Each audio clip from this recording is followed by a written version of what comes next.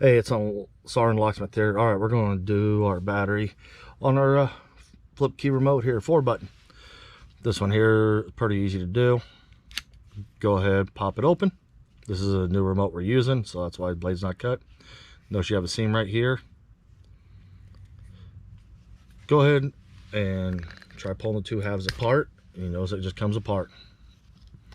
Once you've got that done, look at your remote and you'll notice you've got the seam right here. You got your panic button here, so there's nothing you're going to use on that side. So come back to this side, put your thumb in there with the other thumb, and pry the two halves apart. And when you do that, you'll notice you got this little metal tabs. Do not pry there.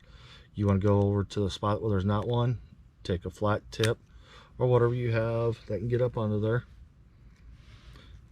and just slowly lift it up and the battery pops out. Careful not to pry on that side because you'll bend the tabs, and you don't want to push down too far because you don't want to actually lift out your contact points. You notice it does have a plus sign right here.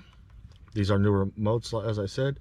So we're going to put the brand new battery back in, which is your CR2032. And when you put it in, you're going to want to work it in.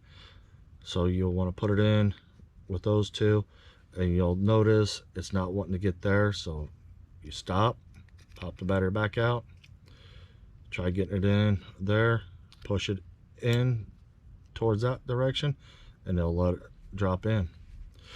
Hey, as you notice, we're going to reassemble it now. Easy to do. Snap the two halves together. Take your two pieces. Yeah.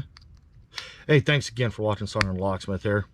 And as you see, you can do this with your basic hand tools that you have.